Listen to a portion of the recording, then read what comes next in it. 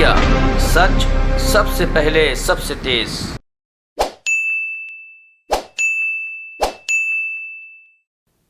मित्रों, आप सभी को नमस्कार।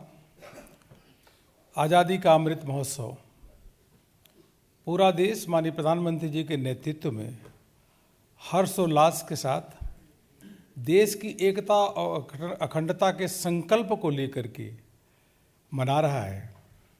भारतीय जनता पार्टी 9 अगस्त से लेकर के 15 अगस्त तक विभिन्न कार्यक्रमों के माध्यम से हर घर तिरंगा अभियान प्रत्येक गांव, प्रत्येक वार्ड, प्रत्येक घर पे आयोजन करने का काम कर रही है। तिरंगा यात्रा 9 अगस्त से लेकर के 11 अगस्त के बीच में देश के कोने कोने में संपन्न हुआ है।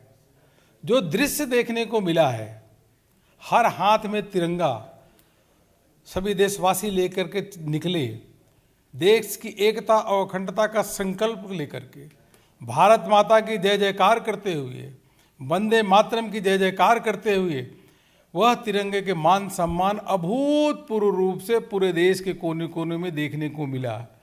यहाँ तक कि बाहर के देशों में भी भारतीय हाथ में झंडा लेकर के तिरंगा यात्रा के लिए निकले। ऐसा दृश्य आज तक देखने को नहीं मिला जो अभी 9 से 11 के बीच में तिरंगा यात्रा के माध्यम से देखने को मिला। सभी सांसद, जनप्रतिनिधि स्थानीय स्तर पर प्रभावी रूप से इन कार्यक्रमों में भाग लिए। 11 तारीख से 13 तारीख तक प्रत्येक गांव में प्रभात फेरी निकाली जा रही है। उस प्रभात फेरी में जहां रघुपति राघव राजा राम का भजन और उसी के साथ साथ वंदे मातरम का पूरा गान भी एक एक कार्यकर्ता आम जनमानस के साथ मिल करके उसको गायन भी कर रहा है और देश की एकता अखंडता के लिए संकल्प भी ले रहा है। नए भारत के बनाने के लिए भी संकल्प ले रहा है, जिसको माननीय प्रधानमंत्री जी ने देश के समक्ष रखा है। 13 अगस्त से 15 अगस्त तक प्रत्येक घर पे राष्ट्रीय ध्वज फहराने का काम होगा।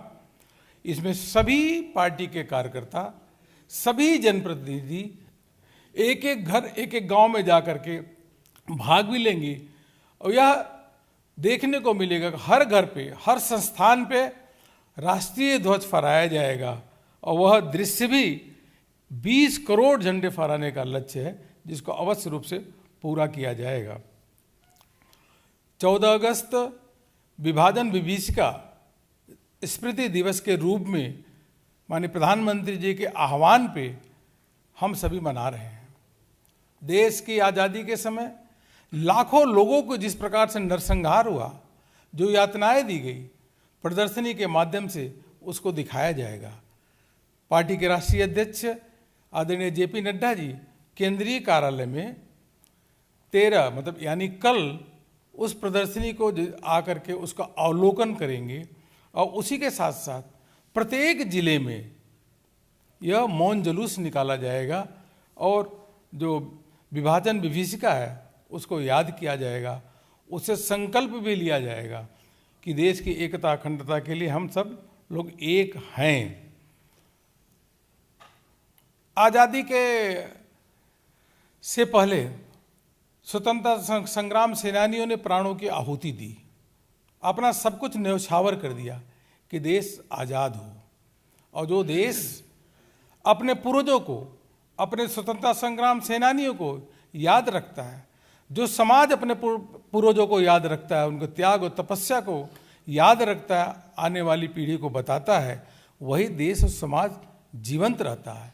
इसलिए पूरे कार्यक्रम के दौरान देश भर में जो स्वतंत्रता संग्राम सेनानियों की मूर्तियां हैं, महापुरुषों की मूर्तियां हैं, उनके आसपास स्वच्छता का कार्यक्रम करना और माल्यार्पण करने का कार्य भी पूरा हम सब इसको अवश्य रूप से करेंगे। आम जनमानस का इसमें बहुत बड़ी प्रभावी साथ में भूमिका रहेगी।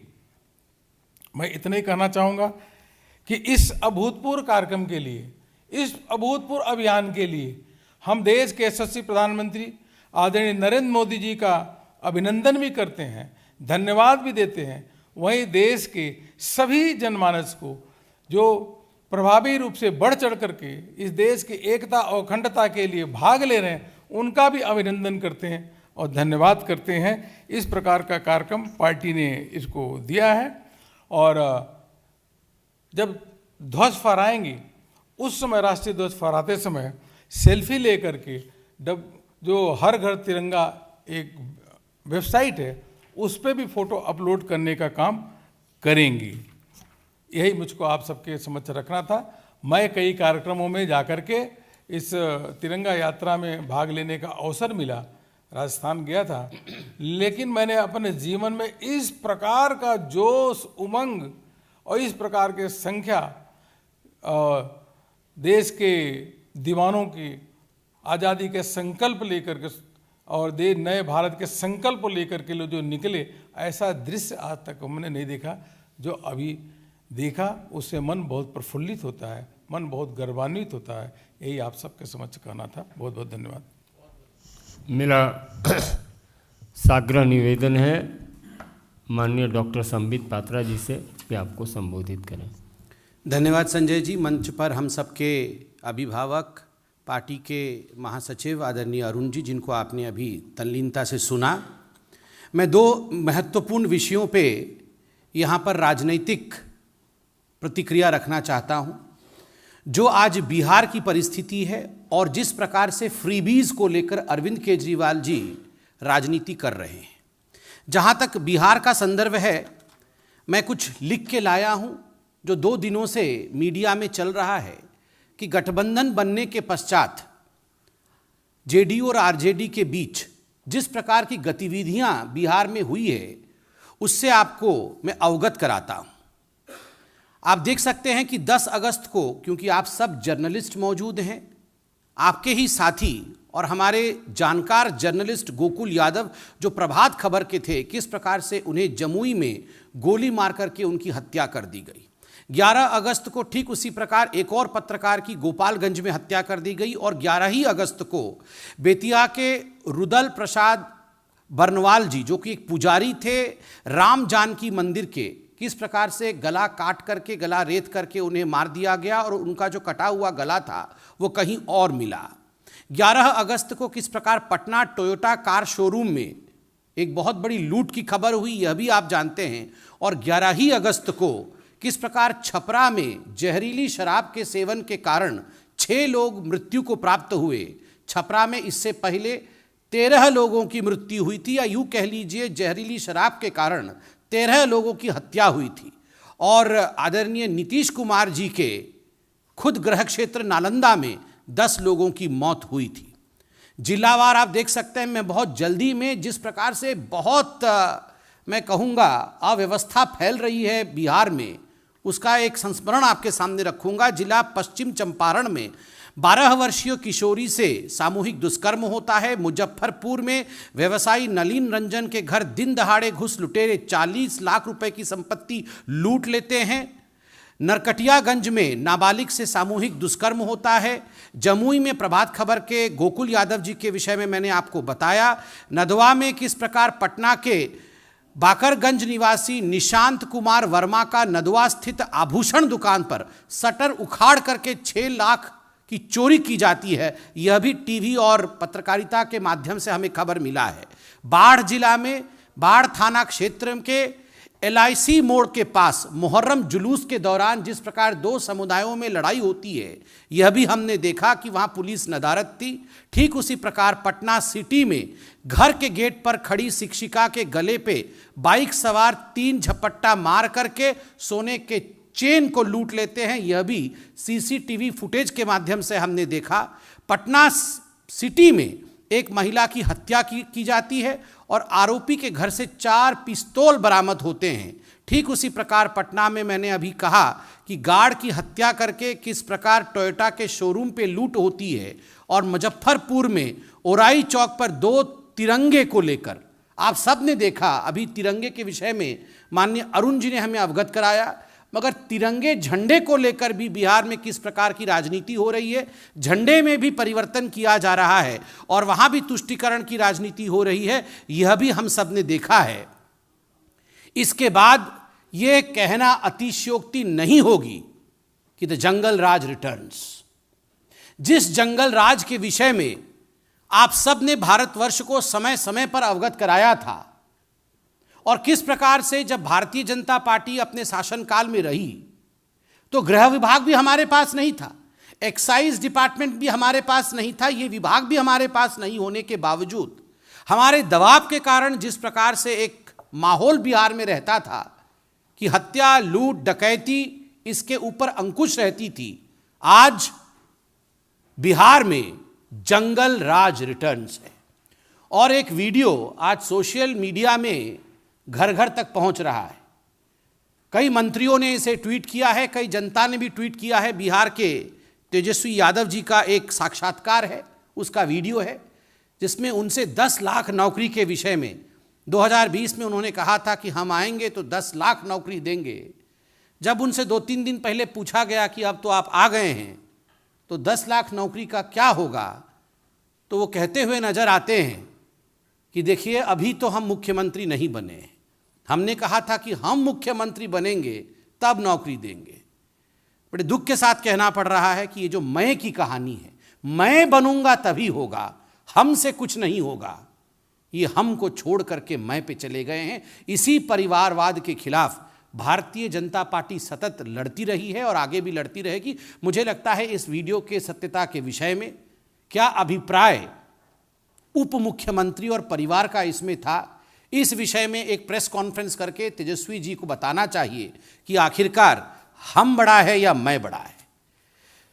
तो जंगल राज रिटर्न्स के बाद अब हम अरविंद केजरीवाल जी के झूठे वादे और ये जो फ्रीबीज की कहानी अरविंद केजरीवाल जी कहते रहते हैं उसके विषय में बताना आवश्यक है।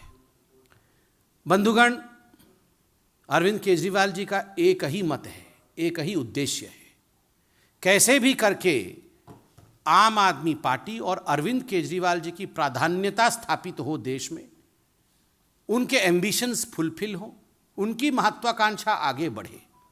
इसलिए झूठ दिन पर दिन किस प्रकार से वो परोस रहे हैं ये हम देख रहे हैं। ये कल फ्रीबीज क्या है, वेलफेयर स्कीम क्या है, इसको लेकर लड़ाई हुई। फ्रीबीज क्या है और वेलफेयर स्कीम क्या है, बेनिफिट क्या है।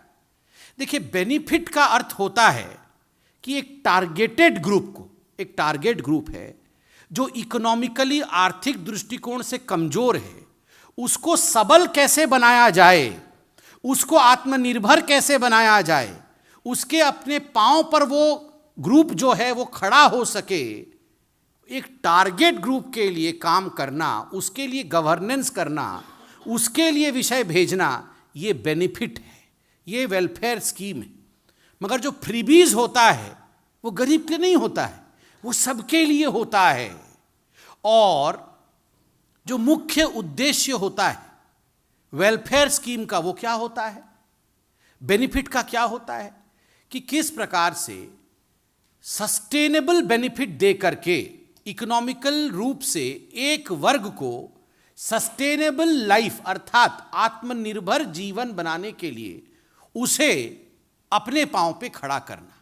जैसे गरीब कल्याण योजना, 80 करोड़ जनता जो पेंडेमिक के समय, कोविड के समय एक ऐसी परिस्थिति में थी कि यदि नरेंद्र मोदी जी की सरकार उन्हें टारगेट करके उनके लिए राशन नहीं भेजते तो आज उनकी परिस्थिति किस प्रकार की होती, वो अचिंतनीय हो जाती।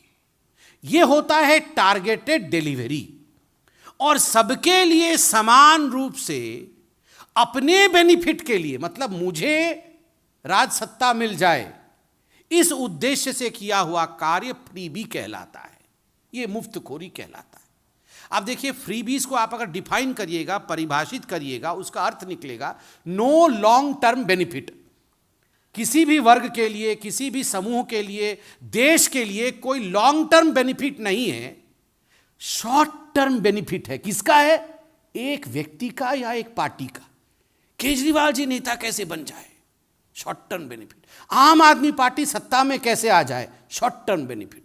तो जिसको अंग्रेजी में कहते हैं बेट, BAIT, बेट, जिसको कहा जाता है दाना डाल करके मछली पकड़ने की कोशिश, ठीक उसी प्रकार ये जो फ्रीबी है ये एक बेट है, ये किस प्रकार दाना डाल करके उसमें फंसाने की कोशिश, ताकि मेरी महत्वाकांक्षा, अरविंद केजरीवाल जी की महत्वाकांक्षा ये फुलफिल हो जाए।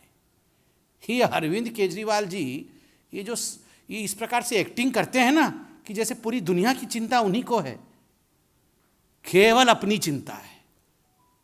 मैं, मेरा और मेरी पार्टी, इसका भला कैसे हो। और जहां तक मोदी जी और इस सरकार की, भारत सरकार की चिंता है, गरीब और गरीब कल्याण, जो गरीब है, इसीलिए तो आज गरीबी रेखा के ऊपर भारतवर्ष में गरीब उठ पाया है। इसका जो विवरण है ये आज यूनाइटेड नेशन दे रहा है।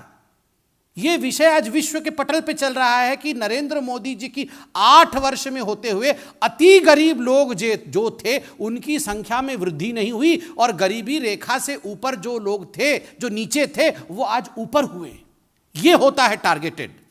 और मैं अब अरविंद केजरीवाल जी का एक बहुत गंभीर विषय पर पोल खोलने वाला हूं। एडवर्टाइजमेंट करने में अरविंद केजरीवाल जी, उनसे आगे कोई नहीं जा सकता। कैसे गंभीर सा चेहरा बना करके आप याद करिए, वो निकलते हैं टीवी पे। सुबह टीवी ऑन करिएगा तो केजरीवाल जी आपको नजर आएंगे, दोपहर को केजरीवाल जी, और शाम को भी। मतलब पूरा दिन टीवी पे रहने वाले केजरीवाल जी कैसे पैसा खर्च करते हैं, मैं आपको एक उदाहरण दे रहा हूं। 2015 में अरविंद केजरीवाल जी की सरकार एक योजना लेकर आए कि हम शिक्षा को लेकर बहुत गंभीर है, इसलिए दिल्ली उच्च शिक्षा और कौशल विकास गारंटी योजना, ये मनीष सिसोदिया जी जो उनके मंत्री हैं, तो जो अभी घोटाला किया था ना एक्साइज वाला, वही मनीष सिसोदिया जी। तो ये मनीष सिसोदिया जी 2015 में एक स्कीम लाए अरविंद केजरीवाल जी कि हम जो है बच्चों को लोन देंगे, और बच्चे जो 10वीं और 12वीं में हैं ये लोग लोन लेके बिना गारंटी के, कोई गारंटी नहीं, कुछ नहीं, कोलैटरल नहीं, कुछ भी नहीं, हम दे देंगे। 10 लाख का लोन देंगे एक बच्चे को, और ये सब उच्च शिक्षा में जाएंगे।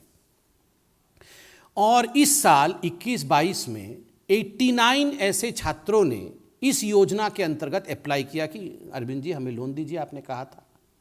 तो 89 में से अरविंद केजरीवाल जी ने बहुत अध्ययन किया, मनीष सिसोदिया जी ने अध्ययन किया, बहुत अध्ययन करने के बाद 2 लोगों को लोन दिया। मतलब इतने लोगों ने अप्लाई किया, इनको केवल 2 लोग दिखे कि 2 लोग ही दे सकते हैं, काबिल हैं। तो 2 बच्चों को सिलेक्ट किया, कितना दिया होगा पता नहीं, किसी को 5 भी दे सकते, किसी को 6 भी, मैक्सिमम चलिए मान लीजिए 10 लाख दे दिया। मतलब 10 कुल मिला करके 20 लाख मैक्सिमम दिया होगा, हो सकता है उससे कम दिया हो, क्योंकि लोन की जो व्यवस्था है वो मैक्सिमम 10 लाख की है, तो हो सकता है 10 दे दिया, चलिए 20 लाख रुपए लोन दिया। और आप जानते हैं एडवर्टाइजमेंट कितने का किया? किसी ने आरटीआई किया था, तो आरटीआई का रिपोर्ट आया, घबरा जाएंगे आप सुन करके। 10 लाख रुपए का लोन दे के 19 करोड़ 50 लाख रुपए का एडवर्टाइजमेंट कर दिया है। 50 लाख, 19 करोड़। हाँ, जितने का बबुआ नहीं उतने का झुंझुना। हाँ, जितने का बबुआ नहीं उतने का झुंझुना, संजय जी बोल रहे हैं। तो झुंझुना दिखाते रहते हैं हमेशा, टीवी सुबह से रात तक झुंझुना से ही चल रहा है। मतलब अरविंद केजरीवाल जी झुंझुना से ही चल रहे हैं। आप सोचिए जरा, 2 लोगों को, 2 छात्रों को इन्होंने लोन दिया है, और वो भी मैक्सिमम हो सकता है 20 लाख रुपए का, और 19 करोड़ 47 लाख रुपए का इन्होंने जो है एडवर्टाइजमेंट कर दिया है। पूरा उसका विवरण कितना कितना एडवर्टाइजमेंट दिया है इसमें है। इलेक्ट्रॉनिक मीडिया में 18 करोड़ 81 लाख 618, प्रिंट मीडिया में 47 लाख रुपया, ऐसे करके इन्होंने इतने का एडवर्टाइजमेंट दिया है। आपको याद होगा बीच में अरविंद केजरीवाल जी आते थे एक टीवी में, आज से जब कोरोना चल रहा था उसके ठीक पहले आते थे, और कहते थे बहुत प्रदूषण है तो जीवन खराब हो जाएगा, तो हम एक बायो डिकम्पोस्ट केमिकल ढूंढे हैं। बहुत रिसर्च किए थे अरविंद केजरीवाल जी पूसा में बैठ करके, और उसके बाद उन्होंने कोई केमिकल ढूंढा था। उन्होंने कहा था मैं केमिकल छिड़क रहा हूँ, ये केमिकल छिड़कने से पूरा जो दिल्ली है वो प्रदूषण मुक्त हो जाएगा, और हमने कर दिया है, छिड़क दिया है सब जगह केमिकल। बाद में मालूम पड़ा कि 60 लाख का ये जो एक्सपेरिमेंट करके क्या निकाला था केमिकल, ये 60 लाख रुपए का केमिकल था, और उसमें 24 करोड़ रुपए का एडवर्टाइजमेंट था। 60 लाख रुपए का केमिकल बनाया, और सुबह से वो टीवी पे मैं छिड़क रहा हूं करके 24 करोड़ रुपए छिड़क रहा हूं करके खर्च किया। 2 बच्चों को यहां पर लोन दिया, और 19 करोड़ रुपया से अधिक खर्चा किया है, 19 करोड़, ये बताने में कि मैंने लोन दिया।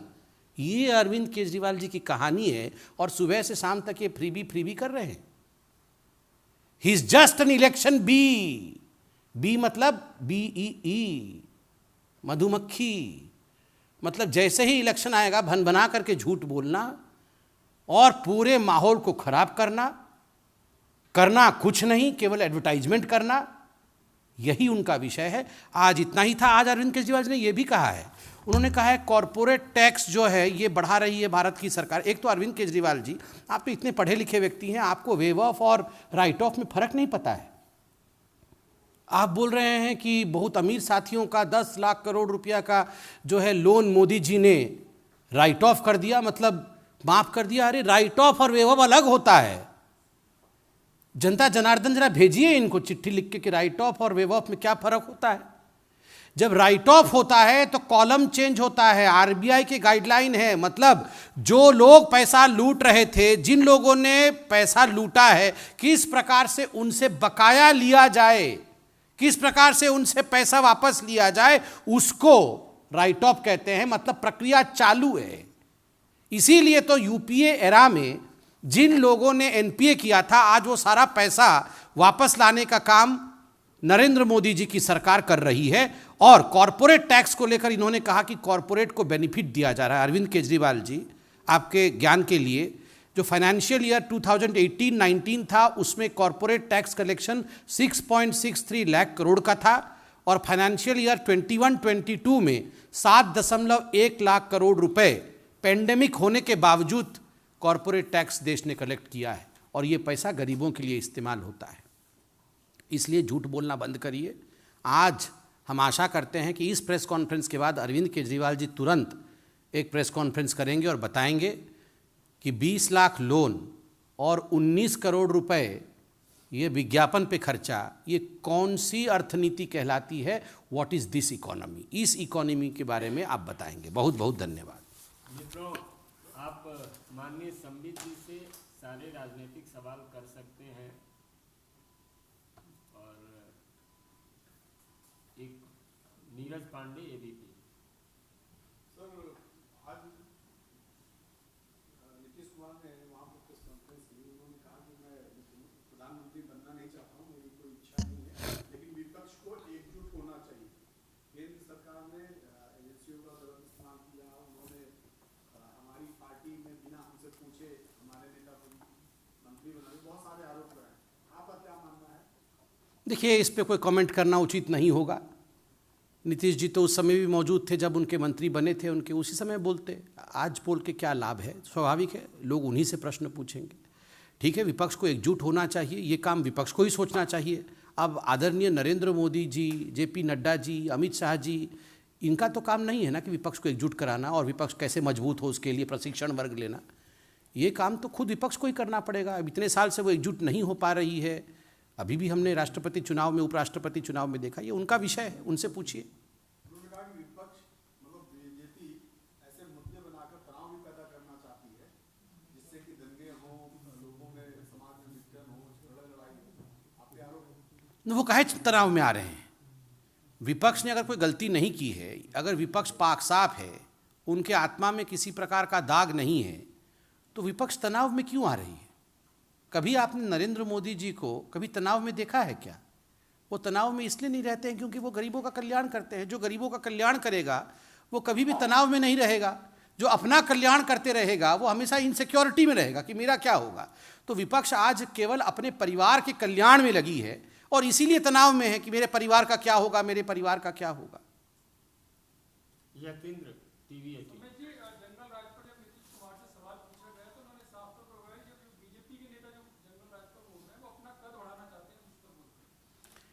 देखिए, बहुत फर्क है कल, आज और कल में। जंगल राज को तो गढ़ने वाले ही आदरणीय नीतीश जी थे कि जंगल राज हुआ है और लालू जी के राज में हुआ है, तो हम तो वही दोहरा रहे हैं। और मैंने अभी जो फहरिस्त पढ़ी 10, 11, 12 तक जो सब हुआ है बिहार में, यदि हत्याएं होती है, दुष्कर्म होता है, लूट होती है, डकैती होता है, तो उसको अगर जंगल राज नहीं कहेंगे और हम चुप रहेंगे तो आप बताइए क्या ये हमारा धर्म है एक राजनीतिक पार्टी के रूप में?